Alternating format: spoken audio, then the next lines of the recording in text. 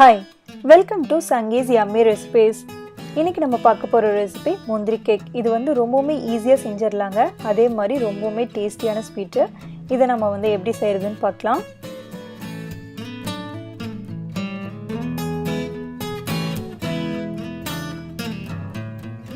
இதுக்கு நான் வந்து 1 கப் வந்து முந்திரி எடுத்துர்க்கேன். இந்த முந்திரியை வந்து நல்லா சிம்ல வச்சு நம்ம 10 to 15 minutes வந்து நல்லா ஃப்ரை பண்ணனும். பட் இந்த முந்திரியோட கலர் வந்து சேஞ்ச் ஆக கூடாதுங்க. முந்திரியோட கலர் சேஞ்ச் ஆகாம நம்ம ஒரு 10 to 15 minutes வந்து நம்ம வந்து இத நல்லா ஃப்ரை பண்ணனும். இந்த முந்திரியோட பச்சை வாசனை வந்து போகணும். அது வரைக்கும் வந்து நம்ம நல்லா ஃப்ரை பண்ணனும். அதுக்கு வந்து 10 to 15 minutes ஆகும். இப்போ 15 minutes ஆயிடுச்சு. இந்த அளவுக்கு நீங்க ஃப்ரை ஆனோனே வந்து எடுத்து நம்ம ஆறுனதுக்கு அப்புறம் நம்ம வந்து அரைச்சுக்கலாம். இப்போ நான் வந்து எந்த கப்ல முந்திரி எடுத்தனோ அதே கப்ல வந்து 1/2 கப் வந்து சுகர் எடுக்கிறேன். 2 ஏலக்காய் எடுக்கிறேன். ஏலக்காயோட ஸ்கின் வந்து ரிமூவ் பண்ணிருங்க. இப்போ ஏலக்காயும் சுகரை ஆட் பண்ணிட்டு நம்ம நல்லா இத பவுடரா அரைச்சு வெச்சுக்கலாம். இப்போ பாருங்க முந்திரி வந்து உங்களுக்கு நல்லா இந்த மாதிரி வந்து சவுண்ட் கேட்கணும். நல்லா ஃப்ரையான முந்திரி வந்து ஆறுனதுக்கு அப்புறம் நமக்கு நல்லா வந்து இந்த மாதிரி தான் சவுண்ட் நல்லா கேட்கும். இப்போ முந்திரி வந்து நல்லா ஆறிடுச்சு. நான் அதை வந்து மிக்ஸி ஜார்ல ஷிஃப்ட் பண்ணி நல்லா வந்து பவுடரா அரைச்சுக்க போறேன். ஸோ இந்த மாதிரி எந்த லம்ப்ஸ்மே இல்லாமல் எந்த கட்டியுமே இல்லாமல் நல்லா பவுடரா அரைச்சி வச்சுக்கோங்க. இதை மிக்ஸி ஜாரை வந்து விட்டு அரைக்கக்கூடாது. அதே மாதிரி மிக்ஸி ஜார் சூடானாலும் நம்மளுக்கு வந்து ரொம்ப கட்டியாக வந்துடும். ஸோ மிக்ஸி ஜார் சூடாகாமல் நம்ம ஒரே லாங் ரன்னில் வந்து நீங்கள் நல்லா பவுடரா அரைச்சி இந்த மாதிரி வச்சுக்கோங்க. இப்போ அரைச்ச பவுடரை வந்து நான் ஒரு பேன்ல ஷிஃப்ட் பண்ணிட்டு அதை லைட்டா வந்து வார்ம் பண்ண போறேன். ரொம்ப சிம்ல வச்சுக்கங்க. சிம்ல வச்சு கொஞ்சம் லைட்டா வார்ம் பண்ணீங்கன்னா போதும். இப்போ நான் அரைச்ச வந்து சுகரையும் ஆட் பண்ண போறேன். இதுலயே நான் ஏலக்காய் போட்டு அரைச்சிட்டேன். இதை ஆட் பண்ண போறேன். நான் வந்து கேன் சுகர் தாங்க எடுத்திருக்கேன். நீங்க வந்து ஒயிட் சுகர் வேணும்னாலும் எடுக்கலாம். இப்போ இதை நல்லா சுகர் எல்லாம் வந்து நல்லா மிக்ஸ் பண்ணி எந்த லம்ப்ஸ்மே இல்லாம நல்லா வந்து கலந்து விடுங்க. இப்போ போதும்.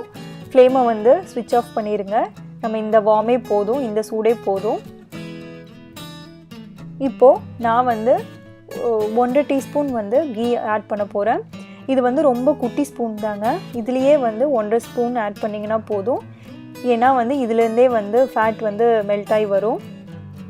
இப்போ கீ ஆட் பண்ணி நல்லா மிக்ஸ் பண்ணி விடுங்க. இப்போது வார்ம் மில்க் வந்து நான் ரொம்ப கொஞ்சமாக ஆட் பண்ண போகிறேன். நீங்கள் வந்து ஒரு 2 ஸ்பூன் ஆட் பண்ணிங்கன்னா போதும். ஆனால் மில்க் வந்து கொஞ்சம் வார்மாக இருக்கணும். கொஞ்சம் சூடாக இருக்கணும்.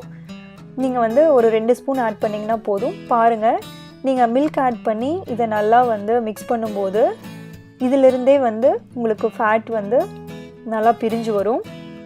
ஸோ இப்போ நல்லா மிக்ஸ் பண்ணிகிட்டே இருந்தீங்கன்னா இந்த கேஷ்யூலேருந்து மெல்ட் ஆகி வர ஃபேட்டே வந்து நம்ம தோ ரெடி பண்ணுறதுக்கு வந்து கரெக்டாக இருக்கும். இப்போது உங்களுக்கு வந்து கொஞ்சம் வார்மாக தான் இருக்கும். இப்போ நீங்கள் வந்து இதை நீங்கள் கையில் நல்லா எடுத்து பிசைஞ்சிங்கன்னா தான் வந்து உங்களுக்கு நல்லா வந்து பிசைய முடியும். பாருங்கள், இப்போ இந்த அளவுக்கு வந்து சப்பாத்தி மாவு மாதிரி வந்துருச்சு. நம்மளுக்கு வந்து இந்த கேஷ்யூவில் இருக்கிற ஃபேட் எல்லாமே வந்து பிரிஞ்சு வந்து நம்மளுக்கு நல்லாவே தோ ரெடி ஆகிடுச்சு. இப்போ லைட்டாக வார்மாக இருக்கும்போதே வந்து நம்ம இதை வந்து ரோல் பண்ணி கட் பண்ணிடணுங்க. நான் வந்து பட்டர் பேப்பர் தான் எடுத்திருக்கேன். உங்களுக்கு பட்டர் பேப்பர் இருந்தால் எடுங்க. இல்லைனா வந்து நீங்கள் சில்வர் பிளேட் இருந்துச்சுன்னா அதில் கூட கீ அப்ளை பண்ணிவிட்டு அது மேலே வச்சு கூட நீங்கள் தேய்ச்சி எடுத்துக்கலாம். நான் பட்டர் பேப்பர் வச்சு சப்பாத்தி ரோலர் வச்சு நல்லா தேய்ச்சிட்டு நான் வந்து கட் பண்ணி எடுக்க போகிறேன். பாருங்கள், நம்மளோட யம்மியான முந்திரி கேக் வந்து ரெடி ஆகிடுச்சு. இது வந்து ரொம்பவுமே ஈஸிங்க செய்கிறது. குயிக்காக செஞ்சிடலாம். இது வந்து 10 minutes கூட ஆகாது இது செய்யறதுக்கு.